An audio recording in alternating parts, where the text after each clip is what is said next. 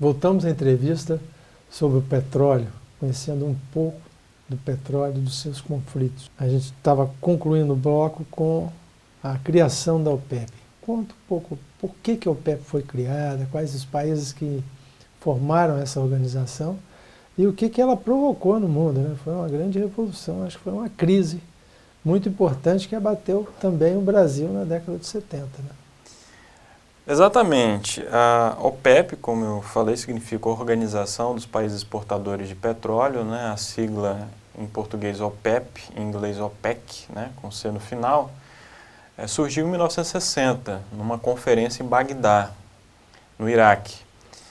E o representante da Venezuela, o Juan Pérez Alfonso, declarou que era preciso criar um instrumento de preços capaz de preservar as vantagens econômicas do petróleo, né? Que é um recurso finito, né? É importante sempre lembrar, né? Um mineral que é finito. Então, o que ele queria dizer é o seguinte: nós precisamos criar um cartel. Em poucas palavras, falando muito simplificadamente, seria isso. Nós precisamos foi aí que nos criaram proteger. os royalties, né? Inclusive, os royalties do petróleo. Exatamente. Então, é preciso criar uma proteção com relação aos preços do petróleo. Nós precisamos ter uma política comum sobre os preços do petróleo. Então, a organização, vamos olhar aqui um mapa, surgiu com grandes produtores de petróleo, né? Lá na origem, o Iraque, o Kuwait, né? Países do Oriente Médio, a Arábia Saudita e a Venezuela, né? Estiveram entre os fundadores. A Venezuela foi a única fora daquela região lá do Oriente Médio, né? Sim, na fundação, sim.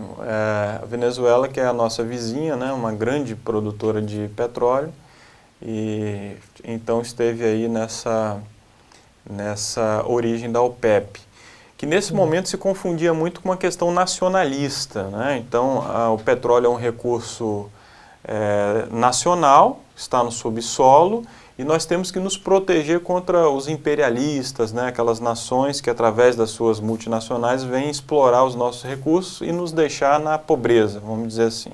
Sim. Depois a organização foi se ampliando, né? A Líbia passou a fazer parte,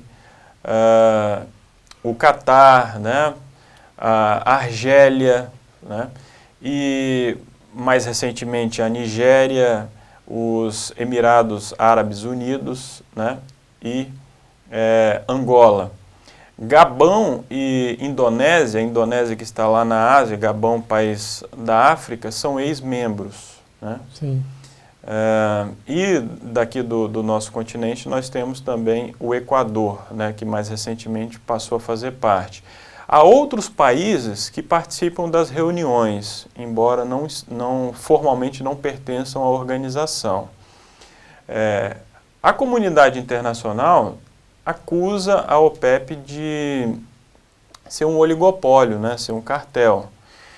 Na sua origem, a OPEP não teve grandes impactos, não. Em 1960 não teve grandes impactos na questão do petróleo.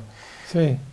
A repercussão maior da organização foi a partir do início dos anos 70. Né?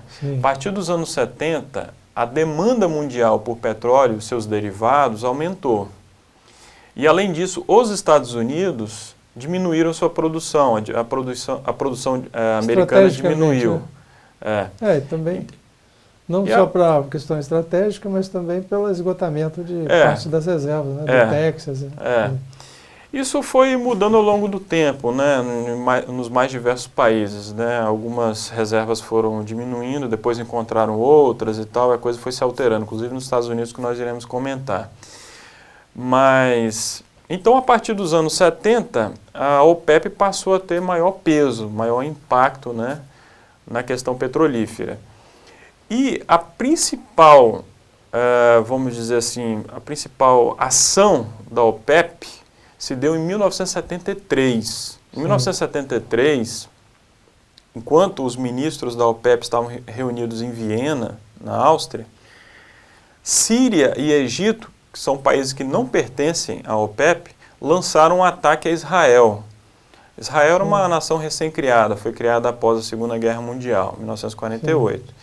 E havia um conflito, né, entre árabes e israelenses, e nesse contexto o Egito e a Síria lançaram um ataque a Israel num feriado religioso, o feriado do Yom Kippur. Sim, aí foi conhecido até, inclusive, como o conflito do Yom Kippur, né? A guerra do Yom Kippur. Então, Síria e Egito lançaram esse ataque de surpresa a Israel. Israel foi pego de surpresa por conta do feriado religioso, né? E, nesse momento, Estados Unidos, Dinamarca e Holanda apoiaram Israel, né? Estados Unidos que sempre tiveram uma aliança, né, muito forte com Israel. Apoiaram Israel enviando armamentos, enviando apoio, né, para que Israel combatesse o Egito e a Síria. Sim. Nesse contexto, em retaliação a Israel, os países árabes da OPEP, né, a organização como um todo, elevou muito os preços do petróleo, né? E isso provocou o primeiro choque do petróleo. Foi o primeiro choque do petróleo. Isso abalou a economia internacional. E o Brasil também. Foi o período do milagre brasileiro, que o Brasil estava em franco crescimento, né? Dando a sensação de que nós estávamos entrando no clube dos países desenvolvidos. E houve, então, uma redução muito grande do processo de desenvolvimento aqui. Exatamente, muito bem lembrado, muito bem lembrado. E vários países, né, foram pegos de surpresa. Aí os países foram procurando as suas alternativas. No ano seguinte, 1974, o secretário de Estado americano Henry Kissinger procurou mediar o conflito e conseguiu uma certa normalização, mas os preços continuaram muito elevados, né, muito elevados comparados aos preços de antes desse choque do petróleo. Dentre as várias alternativas que foram buscadas pelos países, nós temos os exemplos de, por exemplo, campanhas de conscientização, para as pessoas usarem menos ou usarem de forma mais racional o petróleo e seus derivados, né, a gasolina, outros combustíveis, né? Nós temos, por exemplo, uma campanha que foi feita na França, né? Vale a pena a gente ver. Pela primeira vez, especialistas e pessoas comuns perceberam a ameaça do esgotamento de uma energia fóssil não renovável como o petróleo. Na Europa, aconteceram grandes campanhas de conscientização popular, incentivando as pessoas a economizar energia. Na França, houve a famosa campanha Chasse au gaspillage, caça ao desperdício, que usou técnicas de publicidade multimídia. En France, on n'a pas de pétrole, mais on a des idées. Quand vous restez en deuxième ou en troisième à haut régime, voici ce qui se passe. En passant tout de suite en quatrième ou en cinquième, vous allez aussi vite, en consommant moins et sans fatiguer votre moteur.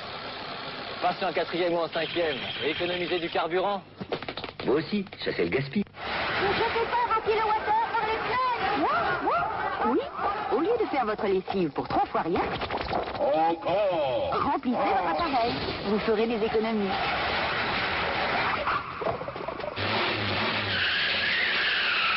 Et pourtant, c'est si simple d'économiser. Accélérer doucement, maintenir une vitesse constante, passer les vitesses en souplesse et éviter les freinages brutaux.